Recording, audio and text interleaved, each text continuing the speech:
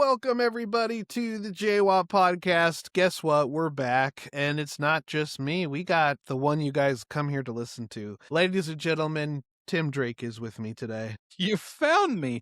You found me, Waddy. You found me. Was in a sea of other nerdy people, and I found him. Yeah, Tim has been super busy with Comic-Con, and, we've both been busy with just film stuff and work and all that stuff. So appreciate your guys' messaging, asking about the podcast. We try and get it out when we can, but sometimes we just can't. So sorry about it, but that's life. If it goes for a long period with no podcast, just know we're working. Yes. That's we're working nonstop. But if you're following us on all those social links we give you at the end of the podcast, yes, you'll know exactly what's going on. Yes, and I know some of you do because that's where you message me asking where the podcast is. But yeah, it's good to be back with Tim. I'm excited to hear. I mean, I've been following, and we had a phone call conversation about Comic-Con. But we also have a big movie that we both have seen that I don't know if you listened to the last podcast, but I specifically said in there, I was like, I'm not going to talk about the Odyssey until I'm back with Tim. So I saved that for you, buddy. Yay. And hopefully we're going to go again when we have time. But yeah, and then Spider-Man is this week. So let's first talk movies, then we'll talk the con, and then today we're going to talk about a very hot top. Well, that sounds weird. hot topic. Sponsored. You should get your hot cash ready. But yeah, we're going to talk about critics and reviews. We kind of danced on it a little bit with when we were talking about Backrooms and Obsession. But we're going to get into it a little bit. And we want to preface, we're not trying to bash anyone. That's kind of what we're trying to critique on our end. We want to keep this in a positive light because as filmmakers, we're not, adverse to criticism. We get criticism. Exactly. Is all of it fair? No, but that comes with the territory. That's exactly that's what you get when you put yourself out there as, an artist of any kind. And exactly that even feels douchey calling us artists, but what we do is considered art. So exactly. It's a weird thing to get wrapped into, but yeah, there's just some things that we thought would be good to address within that. Excited. And just a quick update for us in the film world. I am going to Norway in literally a month. That's crazy. Yeah. Very excited. Have some very nice people out there who've been excited to have us. So looking forward to it. Longest flight of my life. So please send me any kind of tips and tricks for that. We also are in, I think this is new since we last did a podcast, but if not, we're going to say it again. Popcorn Frights. That is happening. The last podcast. That is new. Yep, that's happening in Florida. Very honored. Yeah, next week. Like literally, as this drops, it'll be a few days away from us being at Popcorn Frights on the virtual side of it. So you guys can buy a virtual pass for Popcorn Frights and check out the monetized. Yep, very exciting. But if you're in LA, you should just come October 2nd and see it in person. That's the way to, do both. But yeah, just make sure you do both. But yeah, and then we will be out Zepstone in Utah. That'll be in September. And then the exact same time, we just got into Genre Blast. Very excited about Genre Blast. It looks like it's going to be a blast. I met the festival organizers at not Horrific Hope, Horror Hotel. They were there. Nice. Yeah, and I got to chat with them, and really cool dudes. And so really honored to be out there and to be a part of it. And then, we'll have the LA premiere, and which is October 3rd or 4th. I always get Zepstone and... Wait, I just plugged it as October 2nd. That's maybe it's October 2nd. Okay. Yeah, it is October 2nd. I also need to check the date myself. Okay. So yeah, and then we still are waiting to hear. That's the start of fall, because we're still waiting to hear from like 20 festivals, which is insane to think about. But I think it is safe to say we are midway through our festival run, and it's just incredible to have those laurels attached to our poster, and it's just nuts. So I'm excited to talk more as we go through, and as more of that happens. But so that's what's going on with us film production wise. But Tim, let's talk about some movies we've seen. Trying to keep it brief, but yeah, let's see what movies we've seen. Buckle it up, people. Buckle it up, because since we last talked was basically as you were headed off to Horror Hotel, and then I was doing a lot with the Chattanooga Festival on the Discord and virtual end. I got to give a huge shout out to the Chattanooga Film Festival and to Ashley, Sarah, all of them that such a good festival. Such a great festival, such an amazing time. Even Horror virtually. Hotel as well. Yeah. But yeah, for a virtual festival with Chattanooga, by God, did they knock it out of the park. I mean, I had so much fun watching so many of the films there.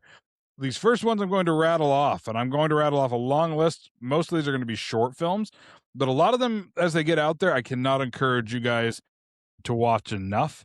So here we go.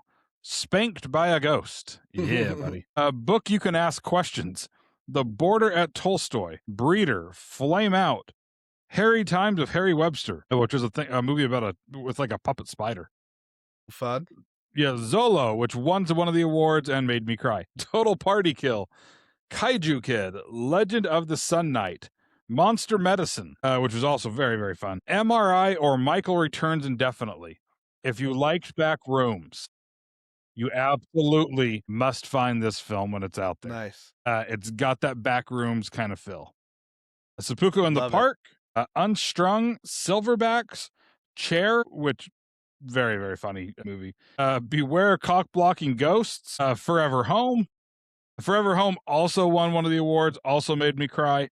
Wolf Puppy, Red Light, Green Light, Big Footprints, Tasty Bones, also very funny movie.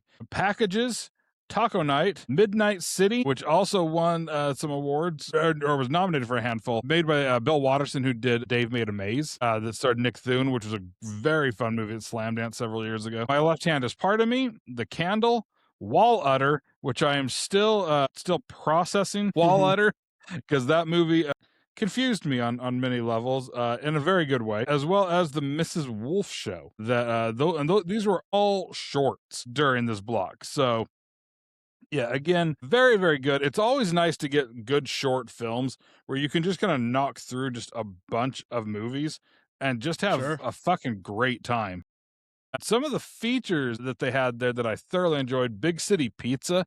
If you get a chance to watch Big City Pizza, animated film, very unique film, unique story, very, very strange in the best way possible. But yeah, thoroughly enjoyed that. Watched Pitfall as well, that also played with us at Panic Fest. Frankie Maniac Woman was one that I had been wanting to watch. That is a very fun slasher film that I cannot encourage enough. I know that one's kind of been getting out there, so it should be one that people can start seeing as that gets out there. I feel like I'm missing one of the features from Chattanooga that I thoroughly enjoyed. Also watched the movie Bunny Rabbit, which I think has changed its title at this point, and I'm not entirely sure if what it is called now. It might just be Bunny. Also, one I don't think I mentioned called Open Mic. That was a very interesting one, a fun little body horror one that they had going on there. So, but I think that about covers the Chattanooga one. So yeah, when these festivals do these virtual sides, people, kind of ignore the fact that, oh, it's a virtual festival end of it. The virtual festival is just as good. I mean, yeah, we always want you to see a movie in the theaters, but hey, if the only way you can watch it at the time is virtually, go for it. It's a good time, and then go see it when it's in the theater. Speaking of theaters, the ones. So yeah, that was just Chattanooga. Hopefully, you're writing some of those down. Festival. Yeah. What do we got? The nice thing is if you weren't, you can pause it and scan backwards. Yeah, there you go. The joy of podcasting. Did we talk about Scary Movie? I know we did. I think we mentioned. Okay, so we did talk about that. And probably Toy Story 5 as well at that point. Then I think the last time we recorded, I was getting ready to possibly see Supergirl, which I had a good time with Supergirl. So I'm a big fan of the book. It was very different than the book in some ways, but still had a good time with it. Leviticus, also phenomenal film. I really want to see that one. Next up, probably one of my favorites of the year, The Invite. Absolutely loved The Invite. Nice. Yeah, that one's getting a lot of praise. Yeah, it is phenomenal. It is such a great film for a cast of 4 people that are basically all just inside an apartment the entire time. Amazing. Like, they did such a brilliant job. Big shout out to Olivia Wilde for not only starring in the movie, but directing it. So, yeah, that's a big, big task to undertake there. Jackass Best and Last. My face hurt from laughing. Movie's so ridiculously stupid. I love it. Yeah. Minions and Monsters, which if you have not seen Minions and Monsters yet, people, it is so much fun. It is one of my it's one of my favorite Minion movies of the last several years. Nice. And there's been a handful of them, but it is very good, especially for those of you that love film. It is quite the homage and love letter to old Hollywood. That's what I've heard. And yeah, they did a very good job and are completely accurate, which is something that you lose with a lot of these. They portray things accurately, and I was very impressed by that. Evil Dead Burn, which is 90 minutes of pure chaos. Yeah, it is a wild movie. Gel Daughtry and the Celebrity Sex Pass. I laughed my ass off all the way through this movie. Again, it's a David Wayne, Michael Showalter, Ken Marino, all those guys. It is so funny. It is such a good time. I had realized recently, because of the end of the movie, without giving any spoiler, about a year and a half ago, I pull into work at Warner Brothers, and I'd heard there was a commercial filming. I thought it was like a Sonic commercial. And there's this hot air balloon that I can see from the parking garage that's like raising up and whatnot. And I'm taking pictures of this hot air balloon. I'm like, this is cool. Like, I even took a video of it raising up. And then I watched Gel Daughtry. And I'm like, huh. Like, I knew that they, like once I had seen previews, I was like, oh, I remember this untitled John Hamm project that had been on the lot, and didn't realize that's what was filming over there. And then when I zoomed in on it, I was like, oops. Like, I had literally like taken pictures of like them filming, not knowing that, because I was on top of the parking garage, and I just saw, hey, hot air balloon.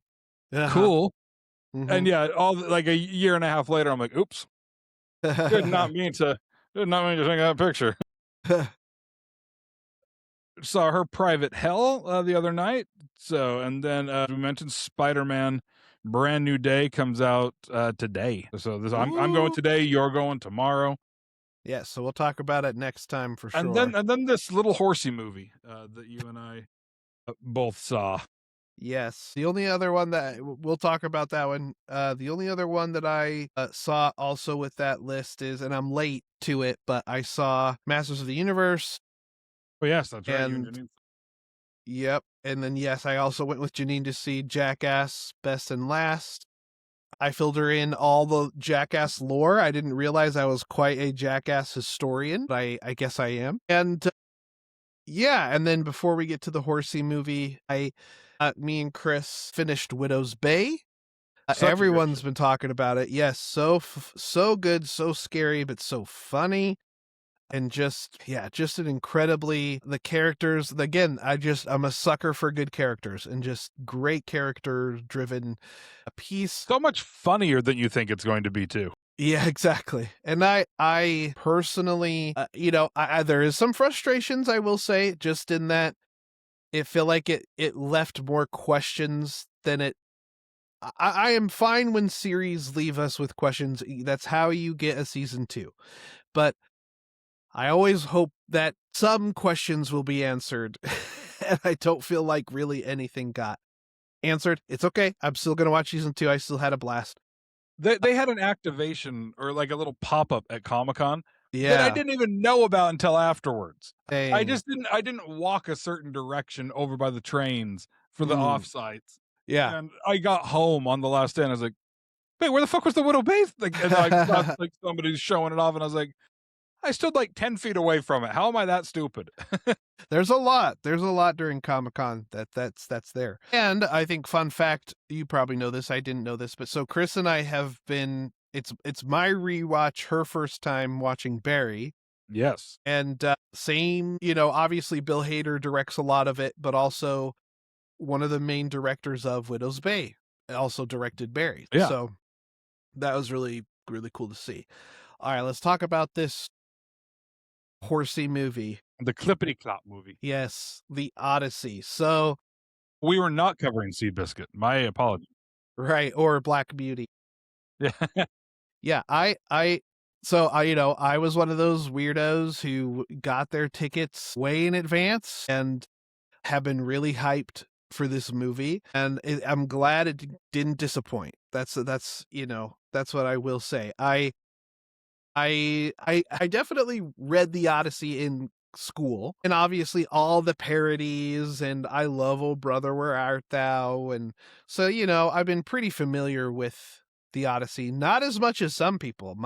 My God, there are some people out there that are like Odyssey purists, and a lot of it is veiled with misogyny and racism, but some people are yeah, Odyssey purists, and I gotta say, for me, following that journey with Odysseus and getting, I mean, we all, I guess we're not really spoiling it, hopefully, No, because I have laughed at everybody that has been like, "Hey, spoilers." I'm like, story is like 3,000 fucking years yeah, old. There are no spoilers. exactly. And yes, there is a twist that is not a twist, but like a new theme that feels like is more explored than other movies, but like Yeah, no, war and Nolan gave it his own twist to yeah, the yeah. story, which I But know is what has made a lot of people mad at the same time. Like, yeah, but yeah, there was the moment where he returns, and I had a moment where I was like, all right, like this feels like the ending. You know, this is a long movie. I only had one brief moment of that, and I'm not even criticizing it because I only felt that for a brief second. And then, holy shit, does that ending pay off so well and is shot, in my opinion, so well that I was locked back in and I was like, I could watch another 2 hours of just this last part. Cause there yeah, were it's there were just moments that such I good was buildup. so locked in that, like, I would just be staring at the screen and, like, have like a random shiver, like a twitch, and all of a sudden I'd be like, "Oh god, I'm in a movie theater." Yeah. Oh, Like, 100%. yeah, because I was just 100%. so locked in. And one thing that told me right off the bat, like, this may be a long movie, but it is so good, is I know I've mentioned it before, like, my wife does not like long movies. She doesn't want to sit through them, so most of the time I And don't I tell her don't how blame long her. it is. Yeah, Yeah, I don't I'm blame her. mostly for the Yeah. same for the most part.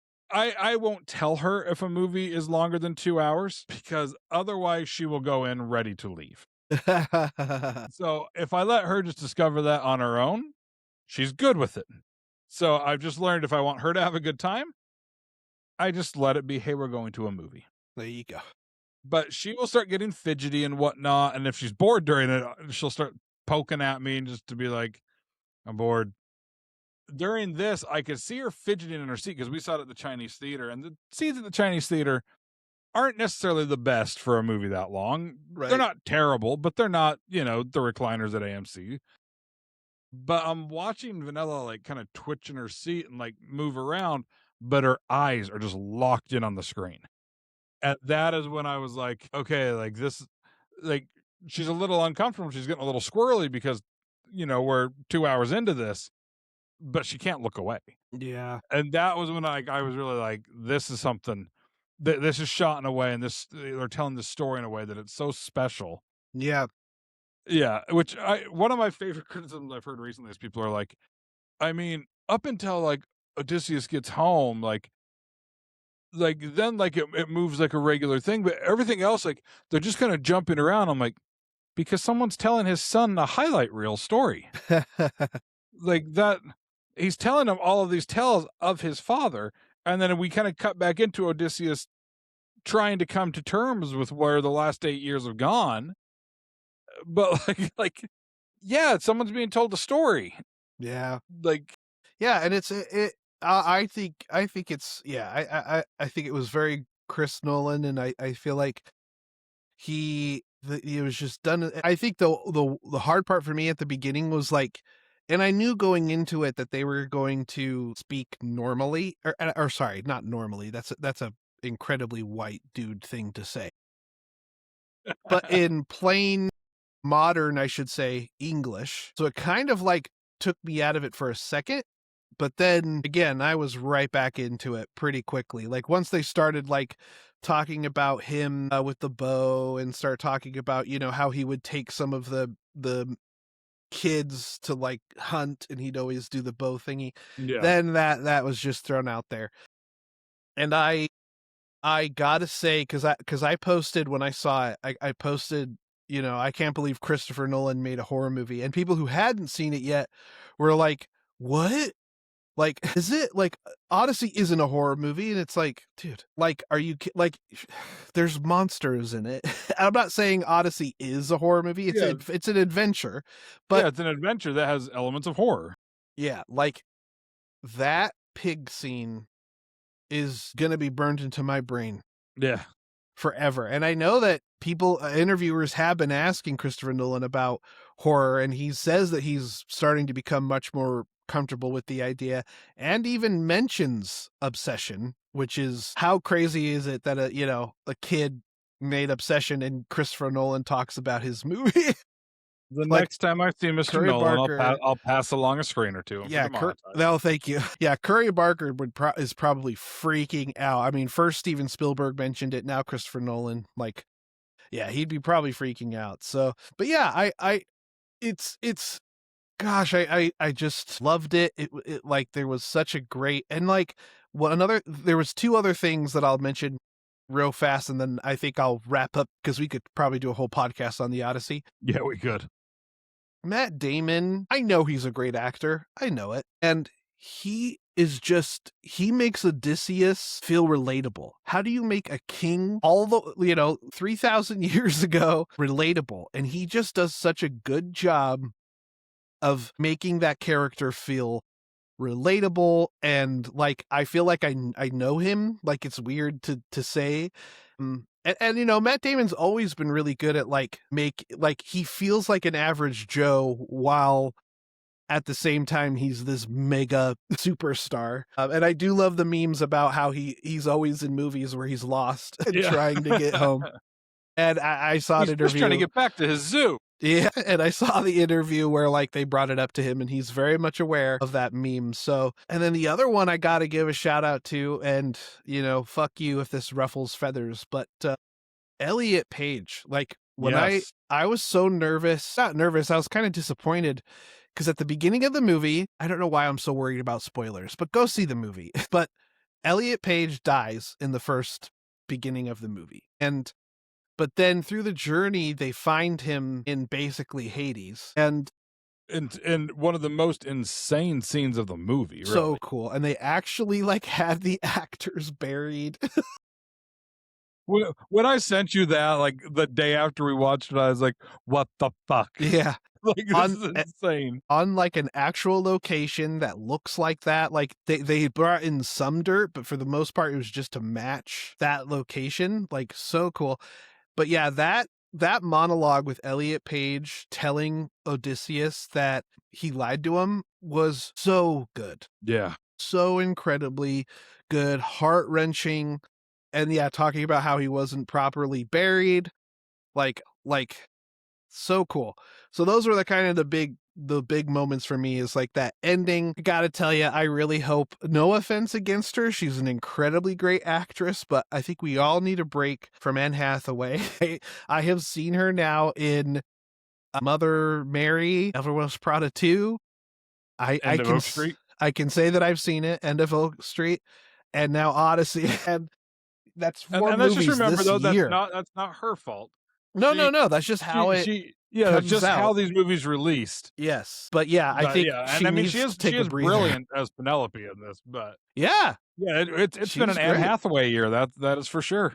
Yeah, she's got 4 chances of being in an Oscar, I guess. So, but yeah, she does an incredible performance job too that I don't want to have go overlooked in this too is John Leguizamo. Oh my gosh! Because my God, he is fucking brilliant. Yeah. Throughout this movie, he is so good, and it's like another one. We know he's a great actor. We've seen him for years, and that performance was transformative to me. Yeah, and and I mean, an honorable mention, tip of the hat too, to Tom Holland and Robert Pattinson, who get very shoehorned into these pop culture roles of Spider-Man and Batman and Twilight, and Yes. both of them were so good Yeah. in their roles and separated you from thinking about those. It's also nice just to see Robert Pattinson happy. Like, not in Yeah. the role, but, like, in interviews, I feel like most of the time he looks miserable during those interviews, but now And when I've he seen does, him. he's fucking with the interviewer the entire time, which is Yeah. just gold. But actually seeing him, like, genuinely happy, cracking jokes about Twilight. Because look, it's no secret that he's not a big fan of Twilight, although it gave him It gave him the you gave him the career he has. opportunity, but now there's memes that's like, this dude is trying his hardest to make sure you forget that he was in Twilight. And I've seen all the Twilight movies now, and yeah, there's a lot to critique, but there's some stuff that I'm like, and maybe it's because I know Robert Pattinson. I didn't really watch Twilight growing up. I'd watched it, literally, like, last year was my first time fully watching it. But the dude is incredible, and so is Kristen Stewart. I almost said Kristen Wiig. Also incredible. But anyways, super good movie. I'm just excited that it was a movie that I left the theater being like, God, I am so glad I am alive during this time. Right. Like, I just saw Obsession, Backrooms, this movie, all original ideas. There's a lot of really good movies, and I keep hearing people say there's not much out there. I'm like, there's so much out there. Yeah, you actually just to gotta go see in a theater. Like, Yeah. there's, and I think this is a perfect segue into what we're going to talk Yes, about. great point. Is so many people feel like there's not enough out there because you're expecting every single movie to be a 5-star Oscar movie. Yeah. Stop it. You're teaching yourself how to hate film and how to hate entertainment, and that just seems like such a miserable way to live. And social media, I think, has trained people to be a critic, right? I think the trend, or train them to think that they're a critic. right? I think the trend is to be like, oh, I'm going to go to the movie, but I'm thinking about my Letterboxd review the entire time, and it's just, it's sad because, like, and look, hey, the one thing I will say, like, movies are not getting cheaper. Like, I wish it was cheap to go see a movie in a theater as much as it was when I was growing up. Well, I say that, but with inflation and all that. But so you and I also grew up in an area that we didn't have access the way that we have access in LA. Sure. And we had dollar theaters everywhere. Dude, and that was the theater. Like, for a long time, when my mom... you and I probably both went to the same one in Sandy, Utah, where you could spend an entire day and watch like 3 or 4 movies for $4. Yeah, ours. So we did go to that one for sure, especially when we had cousins out in Sandy. There was one in Taylorsville that was closer.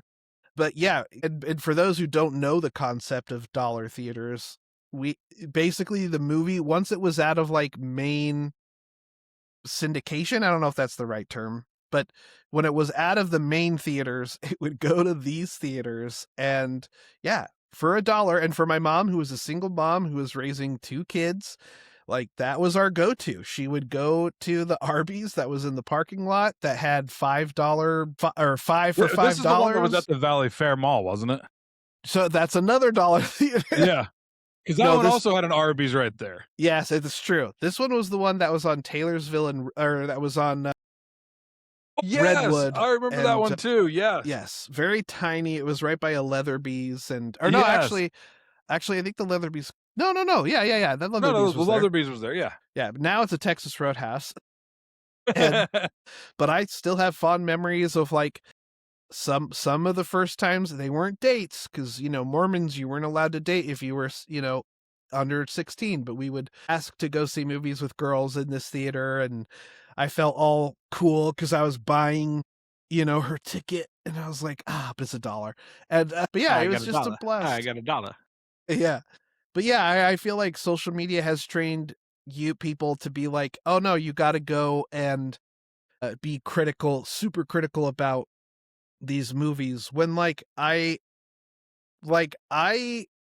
some movies are just great movies to go and experience in a theater. Are you gonna walk away like the Odyssey, being like what I was when it was like, I am so happy to be alive? No, but I still feel incredibly great that I'm going to say it, Scary Movie, right? I think Scary Movie was a flawed movie, but it was very funny. And I got to tell you, seeing that with a crowd of people who are clearly fans of the franchise was so cool, and like was just an incredible experience that I wouldn't have got if I would have waited for it to come out, on Yeah. streaming. And I think you, out of anybody, because you see more movies than anyone I know, and I think that's a great thing, because you just getting this perspective. And like, I got to be careful because I can't talk about my feelings about it, but I will say End of Oak Street is one of those movies where it is such a movie to see in the theater,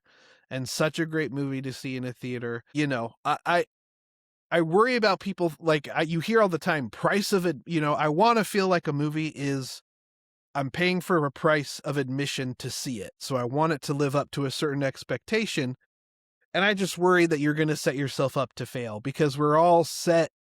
Not every movie is the Odyssey. Every movie is Obsession. Not every movie is, my favorite movie of this year, and this is controversial apparently, is Project Hail Mary. That's still, even with Odyssey, I love Odyssey, but as I of don't right even understand how now, that's controversial. Like, Project I Hail don't know. Mary is a phenomenal film. I don't know. Maybe because I'm a horror director, people think I should pick Obsession, but there's been some, when I've mentioned that to some people. No, you watched it and you said Amaze. Yeah. No, I think too, though, when people talk though about what they're getting for the price of admission, they're also talking about the experience that they're getting. And that doesn't come down to the filmmaking whatsoever. That doesn't even necessarily come down to the theater. Most theaters, I mean, we talk about those dollar theaters. I mean, I can close my eyes and I can feel my shoes stick to the ground of the Sandy 9. But what it comes down to is fellow theater goers. Like, put your fucking phones away. Like, why go to a movie just to sit on your phone and scroll and ruin it for everybody else? Like, nobody, I don't care if you dim your screen, we can still see it. Yeah. It's a dark room. Mm-hmm. Like, if that's what you want to do, go stand in the hallway. Like, go stand in the little side area or get seats in the very back row. Yeah, the very back row. Like, even during the Odyssey, I had a guy that was on his phone throughout, and it's like, we were there opening night, Chinese theater, 70mm IMAX, one of the hardest tickets to get. He most likely bought those tickets months before, and you just want to sit there on your fucking phone. Yeah. And I saw somebody post the other day, a director that had posted, they watched some people do this in the Odyssey, and then at the end, stood up and was like, well, I didn't understand any of that. It's like, because you were on your phone the whole time. Yeah. Well, like, yeah, you're not paying attention to what's happening. Yeah. But you're ruining that experience for everybody else who, sure, we have A-list. So, like, we spend $30 a month and we can see essentially up to 16 movies in a month for $30. Screaming deal. Not everybody has that, option. Not everybody goes to the movies as often as us, where it does, it doesn't necessarily make sense to for them. Yeah. But we need to be considerate of everybody in the theater, and that's what makes it so special, is being able to, not to turn into Nicole Kidman here, but to let the lights kind of go down and just be immersed in what's happening on the screen. Yeah. And what frustrates me about that guy is, more than likely, he is one of those people who's like, you gotta see movies in theaters. Like, if he waited that long, more like, and he lives in Hollywood or somewhere in Los Angeles, and gets the 70mm IMAX opening night. Right. He likes watching movies in the theater. Yeah. But when you go there and have your phone, you are negating the experience for others. Like, you are actively making it not as great of an experience as others, where, some people might be like, well, if I'm just going to watch somebody on their phone be distracting the entire time, then I'm going to rent it from home so that I don't have those distractions. So, like, guys, put away your phone. And like, I have friends who do it. I have friends, I don't want to name names, but I'm not going to name names, but I'm going to hope they're going to listen and know that we're shaming them right now, who have done that. Right. And like, I'll nudge them and I'll be like, come on. And like, some of them have excuses or whatever, but it's like, dudes, like, just Step away. Yeah, turn off your phone. That's it. Turn off your phone. Like, that's what I do. I just turn it off. I don't get distracted. And like, I have even got to a point here in my home, like if we're watching a movie or something, I don't even like think about it. And all of a sudden I'm on my phone. And so I have like a feature. I think I've brought this up before, but I have a feature where if I push a button, it turns it to a dummy phone. See, and what's really cool is it helps my brain so that when I pick it up, it looks like this. And so my brain goes, "Oh no, no, no. Don't like your focus on what's happening. On the task at hand." Yeah, watch the movie, watch the TV show, and that's been getting really better. But it sucks that we're like that. But see, when I shut my phone off in a movie, it's not an issue. It's not something I don't, it's just. And the funny thing is, we literally are having the Muppets tell us to turn off our phones, or Yes. whatever the Minions or whatever movie's about to come out. And, and then even then AMC says, silence all cell phones, motherfuckers, pretty much. And they don't, so I don't know. It is a crazy situation. But another thing I wanted to touch on, again, we don't want to name names because we do have influencers that are close to us. And I don't know if they listen to the show, but maybe some of them do, or maybe inspiring influencers. And look, I know that's a little hypocritical because unfortunately, as filmmakers trying to get our stories out there, we have to kind of be influencer-esque to get our stuff out there. So I understand. I hope this doesn't come off as too hypocritical, but there is a trend.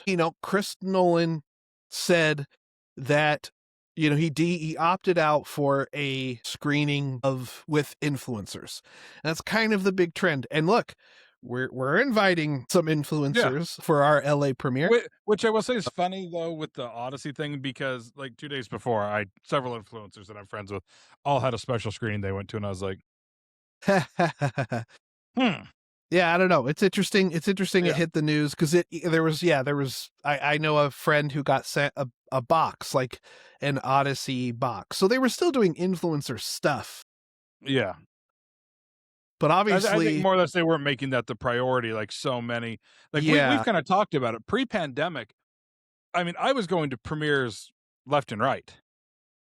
I hardly get invited to them at all anymore because I'm not an influencer. And it was because they were taking people that were doing podcasts and interviewing people normally.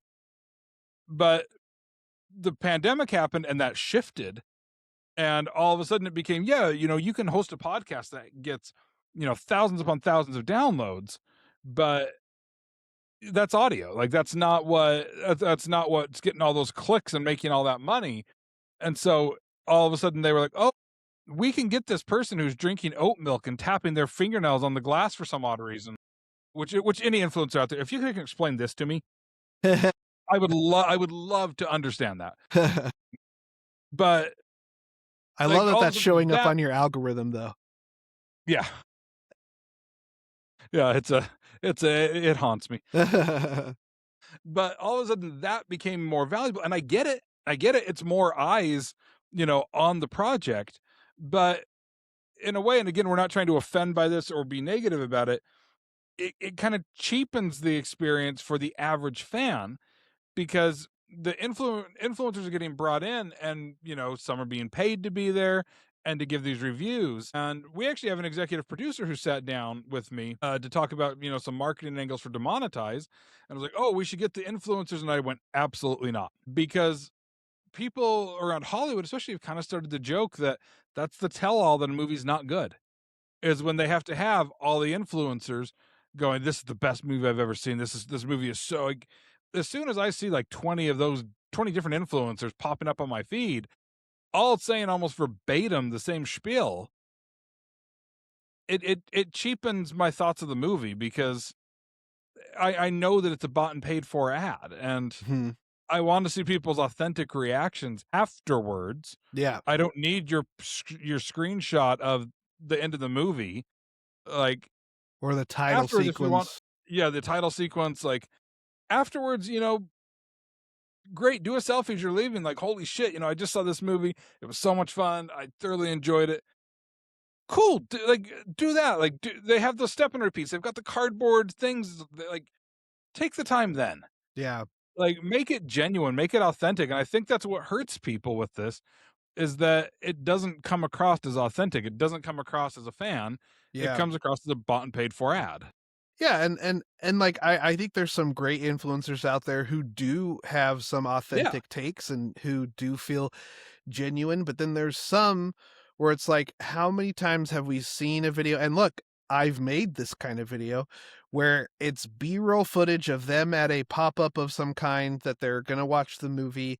And it's like, come with me as I go and watch the premiere of blah, blah, blah, blah, blah, blah. Yeah, we both have Here posted we are. those. Or, yeah. And it is a trend. So I understand why we keep seeing it. But I almost like start to just watch. I watch them, but the reason I'm watching them is because I want to see all the fun pop-up stuff. And then once they talk about their review, I don't. And it's not that I don't respect their opinion. It's just that it's like, well, that's not why I'm watching the video. I'm watching the video because, I'm watching the pop-up stuff. So, Which you'll notice, kind of on both of ours, we never do say anything about the movie afterwards. yeah, Like usually. we'll have a hey, come check this out. Like this pop up. Like I recently did one just barely with all the props and costumes from the Odyssey, and I did one at Comic-Con with a bunch of the new Avengers. The first look at some of the Avengers stuff. So cool. Like, but I'm not going to get into like an in-depth thing talking about any of those things. Yeah, like, definitely. And yeah, it's an interesting thing. And again, talking about trends, something that I've been noticing and Tim has been noticing is that there is a trend to bash. I mean, I would even say in general, like, look, there are things that people need to be called out for. And I'm trying to keep this filmmaking specific, but like, yes, there are things in this world, filmmaking or not, that need to be called out for and need to be other people made aware of. Yeah, that needs to be reflected back to everybody. Yeah, and again, like Tim mentioned at the beginning, like criticism of a movie is something that I think is very important for us filmmakers as we get better. Now, keep in mind, especially if you are a viewer of movies, you more than likely haven't been on a movie set. You more than likely don't know what it's like to ever try and get a movie off the ground. Does that negate your opinion? No. But we have gotten, even from Demonetize, some just like brutal criticism. I don't even want to say that's. Yeah, it's not. It's like calling it criticism isn't even fair because they actually don't really even say anything. No. We notoriously have someone who said that Demonetize is the wet fart of horror indie comedy or something like that. Yeah. And which we have more or less just made a joke amongst ourselves now. Yeah, Chris, my partner, literally made a like you could put a Celsius in like a thermos sort of thing and it keeps it cool. And Chris used her Cricut to say demonetize wet fart of horror comedy and gave it to Janine as a gift. But yeah, it's which Janine said was the newest award, and I always have to send out an email to all of our investors and everybody. But jokingly, I just sent it out to all the producers that we had officially won the By the way, Fart award. Janine was freaking out. She was like, "Oh my gosh, did he just send that to all the?" And I was like, "No, look at the yeah." And she's like, "Oh, okay." Yeah, that was why I quickly did it, is because I knew funny. that for 2 seconds everyone would be like, "What the fuck did Tim just do?" And it was just you guys. It was so funny. But yeah, with this with this trend, it is now trendy to give hot takes about filmmakers and about filmmaking and about these movies. And I worry that people will just try and find the bad things about the movie making experience or the filmmaking experience. And again, not to talk about anyone specific, but there's a TikToker who I used to follow pretty regularly, and I thought her takes were fair and her takes were very well thought out, and like she's a very big known, I guess, film critic. I don't believe she's made a movie, or I don't believe she's done any of that. And maybe I'm wrong. Well, I had to unfollow her because for like 6 or 7 videos in a row, she was just bashing and like, look, I know that there is a thing out there where, like, if you like something and someone says something that it bashes it, sometimes you get a feeling of like, well, no, they're absolutely wrong. So when it's well crafted, though, it's easier to take that in, right? And it's easier to hear that feedback come back. But she was calling filmmakers like hacks and some of the worst filmmakers out there, and like talking about, and some I agreed with. Will I make a video about it? No. No, you and I keep things very private a lot of the time amongst ourselves because, as we've said, I will never give a movie a bad review. I just simply won't talk about it. Like, Yeah. it is so goddamn hard to make a movie that to sit back and publicly talk shit on it, especially when you have never done anything, like when your only contribution to it is bad mouthing somebody else's art. Yeah, maybe it wasn't good. Maybe, but what gives you the right to publicly go out and shame this person just because you personally didn't like it? Art is subjective. Yeah. Every single film finds its audience. Yeah. Whether you're the audience for it or whether somebody else is, every film finds an audience. Because a lot of times people will say, how did this even get greenlit? Because there's an audience for it. Yeah. If there wasn't an audience for it, it wouldn't have been in the theaters. You wouldn't have seen it Yeah. because clearly there was an audience for it. But it's not going to reach everybody. But I had somebody that said this beautifully to me back in like December or so when I had gone to see The Housemaid with Amanda Seyfried and Sydney Sweeney. Mm-hmm. Very enjoyable film. So it was a fun one and it made a shit ton of money. Did Sure. very well in the box office. And somebody said to me, like, they're like, well, it's kind of a trashy movie, right? And I was like, oh, 100%. Like that's kind of what the book is, but it's got like a fun twist and a fun kind of moral to it. Mm-hmm. And I was like, but is it like a 5-star movie compared to, at the time, like, Sinners or One Battle? I was like, no, it's not one of those, but I'm not going to turn around and just rank every movie exactly the same. Mm-hmm. And this person said, well, is it like a solid, like 4-star, 2-star movie? And I was like, that is such a great way of putting it. Because something in the grand scheme of it, no, it's not going to match up against the Oscar race. But can it still be a fun, enjoyable movie? 100%. I think we fail to let filmmakers make the movie they're trying to make. Yeah. And because if you're going to hold Scary Movie up on the same thing as the Odyssey, you're asking for a miserable film going experience because right.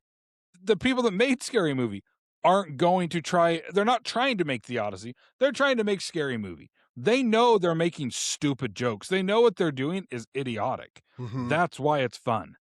And to not let it be that, yeah, you're cheapening your own experience to be able to have fun at the movies. And that's what it used to be. People used to be able to go and have fun at the movies before they had their phones up, before they were thinking about their Letterboxd review.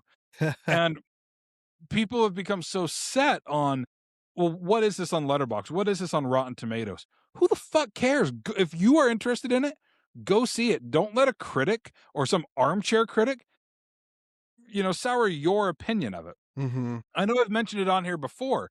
If you actually pull up Rotten Tomatoes, you can see critics that are not even approved critics that get to change that critic score. Mm-hmm. And there was a movie, and in fact, it was the Haunted Mansion movie. Now, everybody has their mixed feelings of the most recent Haunted Mansion movie. I liked it. I thought it was fun. It was a very fun movie. I read this guy's review just trashing the movie. And I clicked on it because he was not a Rotten Tomatoes approved critic, but he was a critic affecting the Rotten Tomatoes score. As I'm reading his review, more and more it was like, does he not understand this is based on a ride? Because his critiques or things were like, yeah, that's a callback to the ride. And then at the very end, his very last paragraph, it was clearly like somebody had read it and been like, hey man, this is based on a ride, right? Because then all of a sudden at the end, it was quickly like, oh, and I mean, I understand that this is based on a ride at Disneyland. I was like, did you though? Did ya? And so it's like the review was very unfair because many of the things he was critiquing, he very clearly did not realize they were references to the ride. Yeah. And so it's like, that was something that left me feeling a little miffed because it's like so many people put so much into what that Rotten Tomato score is or what that Letterboxd score is, when it's like the person reviewing it that might be helping curve that score might literally have no idea what they are talking about. Yeah. It's just so fascinating that social media, I feel like, has just made everyone feel like they are an expert at movies. And again, guys, I'm not saying that I think about that anytime we get a bad review. That's not it. Like we've gotten bad reviews, but they're well thought out, and fair. they're well thought out. They give great feedback that I can actually use. Wet fart of comedy, that doesn't tell me anything. Like I can't use made that. Us laugh. Yeah, we just laugh it away. But we had one on Bundy Manor that I may have mentioned before that cracked me up, that said parts of this movie look like they were shot on a camcorder. I was like, you mean the parts that were supposed to look like they were shot on a camcorder? Yeah. Like, yeah, I guess mission accomplished then. Yeah. In that same interview, or in that same review, they also said that every filmmaker who worked on this should quit filmmaking, which is like, all right, cool. Thanks, bro. Yeah, there's somebody too that it only became something I looked into because it confused me, because it was somebody who immediately gave Demonetized 1 star. And I only recognized them because they gave Bundy Manor a similar, very quick 1 star and just using an emoji. And I was like, but when they gave Demonetized a review, there was no way they could have even seen Demonetized yet. And to have seen both of our movies that quickly, something was suspect. But regardless, I clicked on their letterbox because I was like, what is this person even like? Of over 6,000 reviewed movies, they have given over 4,000 of them 1 to 2 stars. And I was like, you don't like movies. You just like to hate things. Right. Like, and that, again, seems like such a miserable way to watch films. Yeah. And talking about this influencer I was talking about before, one video. So I've recently followed her again because she made a really great thing about a great video that came up on my feed that was basically just saying like, hey, like, how cool is it that it's cool to like good movies again, and that people are going to the theater, and like, it's looking like being cool to like good movies. Yeah. It's just like, it's really cool. Like, we might have one of the biggest years since pandemic times. Yeah, it's on track to so be cool. Like, we've started getting close to those kind of numbers. I had somebody get really mad when I was like, we're going to be getting like the highest numbers since the pandemic. Somebody's like, we're nowhere. And I was like, I'm just saying the numbers are back up that way. We're still, this is a few years ago. Like, we're still a ways away. Yeah, we don't have we're in Endgame July. numbers. Yeah, we don't have Endgame. We don't have Dune. We don't have Spider-Man. That's about to happen. But anyways, but then she made another video where she said Sean Levy is one of the most, and I want to be careful because I'm sure you'll be able to find her by me saying this, but she said Sean Levy, one of the most talentless directors of our time.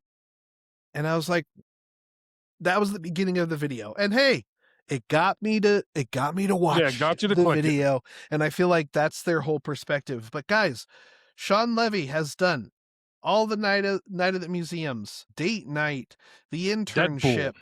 Well, hold on. You're getting ahead of yourself. Free Guy, The Adam Project. I get it. That was, some people were mixed about it. I thought it was fun.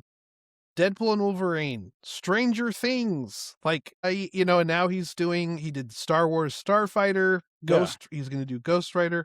He is not even in my top 10 favorite directors. And I'm not like, if someone even asked me like favorite directors, would he even cross my mind? No. And I'm not saying that he's not talented. A dig. There's just a lot of very talented directors. Yeah. And Sean Levy's definitely one of the greats out there. I mean, a director in that same ilk that most people probably don't even know his name. Until I honestly read his book and then got to briefly meet him at a screening series that we were doing on the lot. But Ed Zwick is somebody whose name probably does not sound familiar to you. I had bought his book because it sounded interesting. And I was like, holy shit, he made all of these? But like, I mean, the dude, he won an Oscar for Shakespeare in Love as a producer. Okay. But then like did Blood Diamond, Defiance, okay, Love and Other Drugs. Like, the dude has made some just like massive hit movies, and people don't even know his name. Yeah. Like, it's kind of crazy to think that. And Yeah, it's like there's so many insanely talented directors out but there. But say I did the thing, like her purpose of her saying that, and I'm not saying she doesn't believe it, but was for me to watch the video. And I did. Yeah, And yeah, she's it was to gotten click on it. hundreds of thousands of likes and tons of views. And like, that's not the only thing. Like, if you notice, a lot of influencers and critics, you know, they follow the same format as they do in headlines, right? The headline is always like, this movie fucking sucks, or this, I know I'm being very basic, but this director is awful, or this actor is awful. And then it goes to, then you click on it and then you go into it. And so it just is kind of an alarming thing for me that we are really excited to jump on a trend to especially bashing someone, and you know, where, and again, some of it is worth it. Like some of it people need to know when there's allegations against somebody, and you know, if someone's an asshole and all that stuff. But like there's also been times where people jump on the bandwagon of destroying somebody and turns out it's not true and that there's no evidence, but because it's a trend and because all these influencers get on the bandwagon and spread it out, it's not just the influencer's fault. There's also outlets and things. And again, we love our influencer friends, and like I feel like a lot of our influencer friends are genuine, great people. They've been very supportive with Demonetize, and not just Demonetize, but they when a really cool short comes out, they'll push it out there. When like anything fun comes their way, they're always really great and supportive to indie filmmaking. But yeah, so it's not all influencers, it's specifically, and obviously I have takes on influencers. I literally made a horror movie about them. So, but ultimately, like, I just feel like it's been an interesting thing to talk about with, and I didn't even get to talk about the main thing we want to get to, but we're just kind of getting pushed up on time, and I have to work, unfortunately. But I did want to talk about the Carrie series, because that's something that's been a hot discussion. So maybe we'll save that for next time, give you a little tease about the discussions that's been happening. We love Mike Flanagan. He is my Lord and Savior. But and maybe he's, you know, we have to actually watch the movie to find out. But or the movie, the series. And I can say more than most people that have made their things. I have seen a lot more of it than most of the people criticizing it. And I have a whole different perspective than most of them because I have seen a lot more of it. Sure. But yeah, anyways, we're going to get into it if I talk too much. But anyways, thank you all so much. We have a lot to talk about. We didn't even touch Comic-Con. No, I think because we segued so well into it. Yeah, I mean, Tim, you can hit us with it. Like, go check out his videos as well. But it seemed like a pretty great con for you. I will just give a quick, it was a fantastic Comic-Con. All of a lot of the fun stuff from Hall H I've been putting up on TikTok, on Instagram, on YouTube. And where can they follow you? So, and those are all at Tim Drake 42. I think YouTube's at Tim Drake 42 as well. Let's take a quick gander to see what my channel is on YouTube. It's at Tim Drake 42. Good as well. So, but yeah, that's basically everywhere. And yeah, I mean, I've had everything up on there from, you know, the first looks at some of the Avengers costumes, the new ring and power battery and stuff from Lanterns, which also saw that Hall H panel. I'm very, very excited. My bomber jacket should be here any day. I'm very excited about this.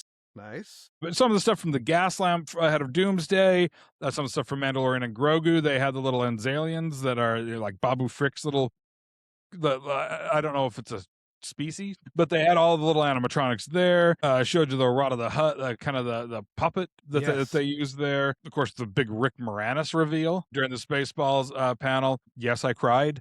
Ahead of that, they had given us, they kicked off with a video from Mel Brooks, which I assumed that's what was going to happen because the man's 100. They're not gonna traipse him down to San Diego. Admit he lived for 100 more years. Yes, and so he made a quick video that was very sweet and definitely put tears in our eyes. To then only turn around and surprise us all with Rick Moranis.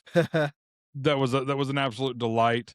For people that do watch that video, when he goes out through the curtain, he's not just quickly appearing and disappearing. He's walking to the fucking stage. Jesus Christ, people.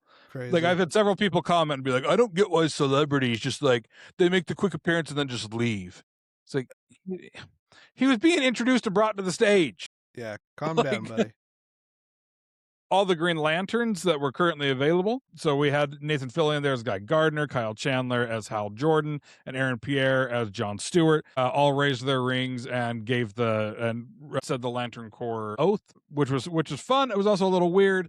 They also started setting it up like they were giving us all one of the rings, and then quickly did not. Yeah, everybody in Hall H was like, "Oh, I thought they were giving us a ring," and I'm like, "Yeah, so did I." I know they were giving them out because I had a friend who got those one, were only if you went through the activation. I see. Yeah, that was only if you went through the activation. Otherwise, they were $70 at the booth. Woof.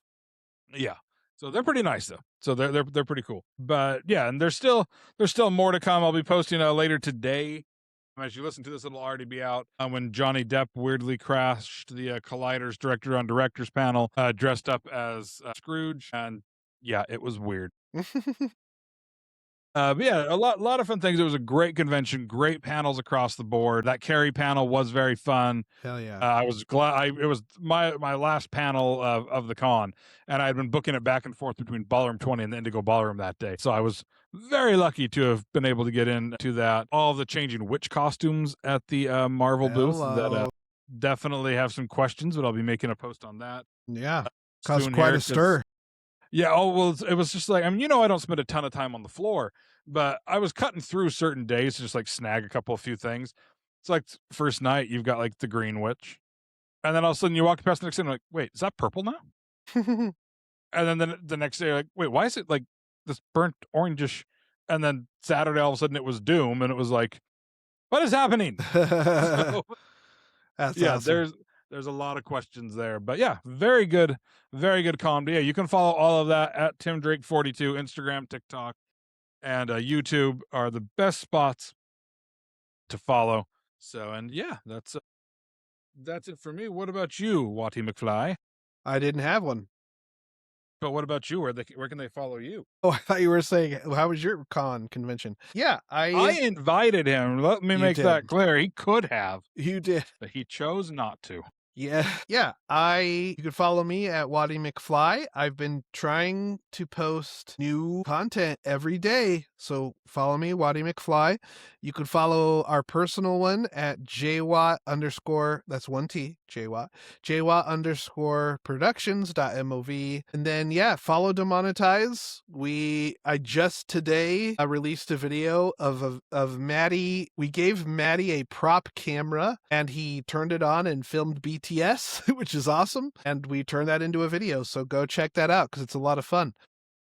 But yeah. So yeah, and to anybody that came out to the On the Mic podcast live at San Diego Comic-Con, thank you for coming out. So it was nice to have people there. And that episode, if you weren't there, will drop this coming week on onthemicpodcast.com and everywhere you get podcasts. And I should give a shout out to the team from Saber as well. That's the episode that came out this past week. Very fun documentary about competitive lightsaber fighting. Hell yeah. That the documentary just encapsulated me. I did not expect to get so roped into it. And towards the end of it, it's a good like 25, 30 minutes where they're at this tournament. And I was just so enamored by these people battling with lightsabers. And it's nothing super high tech or anything. People are building their own armor. They're using baseball gear.